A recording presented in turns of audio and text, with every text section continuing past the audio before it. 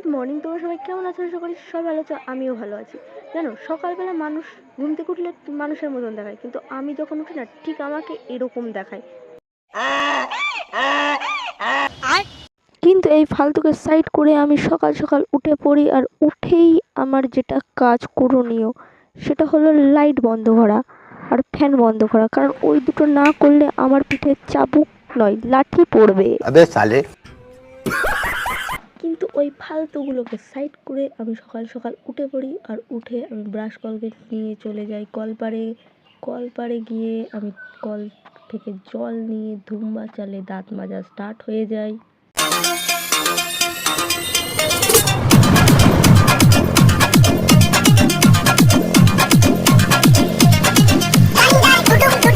আমার উবলম্ব দাঁত মাজা শেষ হওয়ার পর আমি চলে আসি ঘরে, আর ঘরে এসে আমি গামছা নিয়ে নিজের মুখ হাত পা মুছতে থাকি, কারণ আজকে অনেকটাই দেরি হয়ে গেছে আমার ঘুম থেকে উঠতে।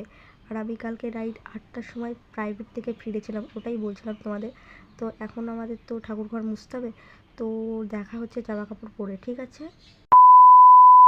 আমি জামা কাপড় পরে রেডি, তার মধ্যেই যেন আমি আবার চিরুনটা খুঁজে পাচ্ছিলাম না।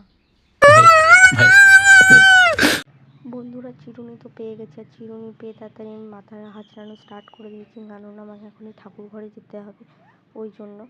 তো ফার্স্টেই আমি চলে যাই ঠাকুর ঘরে, মাথা হাঁচড়ানো হয়ে গেলে আমি ঠাকুর ঘরে চলে যাই। আর ঠাকুর ঘরের হালটা দেখেছো কেমন? কেননা মধ্যবিত্ত ফ্যামিলির বাড়িতে ঠাকুর থাকলে ঠিক এরকমই হয়। আর এটা খুবই জাগ্রত ঠাকুর, জানো? আমি ক্যামেরাটা সেট করে নিই, তারপর তোমাদের সাথে কথা বলছি।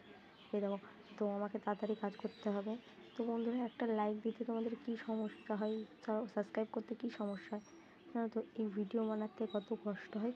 হ্যাঁ, এখানে যদি একটা নাচের ভিডিও হতো তোমরা সবাই মনোযোগ সহকারে দেখতে, কিন্তু কারোর জীবন পরিবেশ নিয়ে দেখতে তোমাদের খারাপ লাগে না? সেটা অবশ্যই। জানো, সবাই মনে করে যে ইউটিউব শুধু সবার জন্য নয়, তাই তো? ইউটিউব সবার জন্য, কিন্তু তোমরা যদি একটু মনোযোগ সহকারে কাজ করো না, কিচ্ছু হয় না তাতে। এই দেখো, আমি যেন সকাল থেকে পরিশ্রম করি। তো তোমাদের এই ভিডিওটা কেমন লাগবে আশা করি লাইক কমেন্ট করবে।